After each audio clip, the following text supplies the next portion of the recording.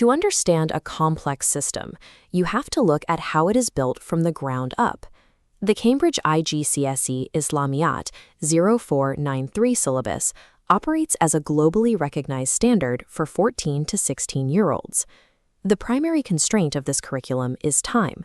It condenses centuries of complex theology, history, and jurisprudence into precisely 130 guided learning hours. To manage this density, the course is split along a chronological and thematic axis. Paper 1 examines the faith's origins. Paper 2 focuses on historical codification and its practical application. Mastering this material requires moving past rote memorization. The syllabus functions as an engineered system designed to build a deep conceptual framework of Islamic thought. The actual grading mechanics of the course run on a dual-axis assessment engine. This chart maps the grading structure. 68% is Assessment Objective 1, factual recall of history. The remaining 32% is Assessment Objective 2, demonstrating contemporary significance.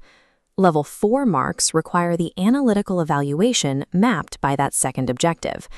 This tension forces educators to anchor historical facts to their modern, lived impact.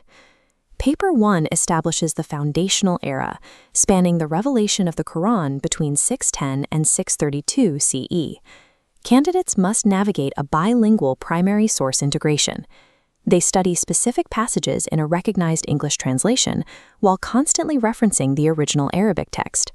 The curriculum organizes these passages into specific theological groupings. Surah 114, for example, is categorized under the theme God in Himself. To succeed in the 8-mark essay questions, students extract the major themes directly from the text of these surahs, using the scripture as raw evidence. A second major grouping examines God's relationship with the created world, utilizing Surah 99 as a primary analytical model. By categorizing scripture into these distinct themes, Cambridge establishes an objective framework to test theology within a politically neutral international system. The syllabus then shifts from the theology of the Quran to its historical anchor, the life of the Prophet Muhammad. Students track his activities chronologically, analyzing his experiences and conflicts with opponents in Mecca. The focus then moves to Medina, examining his leadership of the new community and his evolving relations with other states. The syllabus demands an analysis of the Prophet's actions, specifically as examples for modern Muslim individuals, evaluating his conduct in personal relations, including those with women and non-Muslims. This broadens into a study of the first Islamic community. Candidates learn the significant facts regarding the Prophet's wives, descendants, and his leading companions, including the 10 Blessed Companions.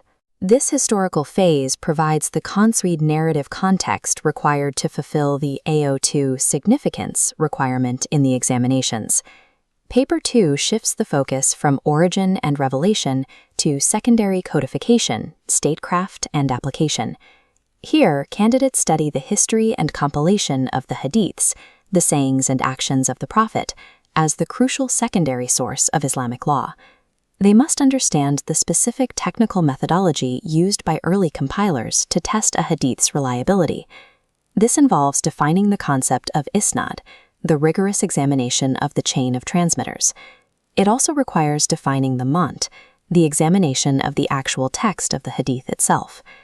Candidates must articulate the relationship between these authenticated hadiths, the Quran, and consensus, or ijma, in legal thinking. Mastering the concepts of isnad and mant transitions the student from a passive reader of history into an active analyzer of historical jurisprudence. The final sections map how these authenticated texts and early histories are applied to macro-level governance, specifically the rule of the rightly guided caliphs. Students evaluate the caliph's policies for maintaining and expanding the state, detailing the specific difficulties they encountered along the way. Moving to micro-level application, the syllabus demands a deep understanding of the 6 articles of faith and the 5 pillars of Islam. Candidates study the declaration of faith, prayer, almsgiving, fasting, and pilgrimage. The assessment emphasizes exactly how these observances are performed. The curriculum also defines the concept of jihad, ensuring students understand its physical, mental, and spiritual ranges of meaning. This section forces candidates to prove how 7th-century leadership models and theological pillars directly govern the actions of modern communities. At a macro level, the 130-hour curriculum operates as a unified, closed-loop pedagogical system. Paper 1 provides the raw theological data and historical bedrock. Paper 2 provides the legal and practical framework for application. Cambridge IGCSE Islamiyat tests whether a candidate grasps the unbroken chain linking ancient Arabic scripture to the modern global practice of Islam. Ultimately, a top-tier grade reflects a candidate's ability to prove why the past remains the blueprint for the present.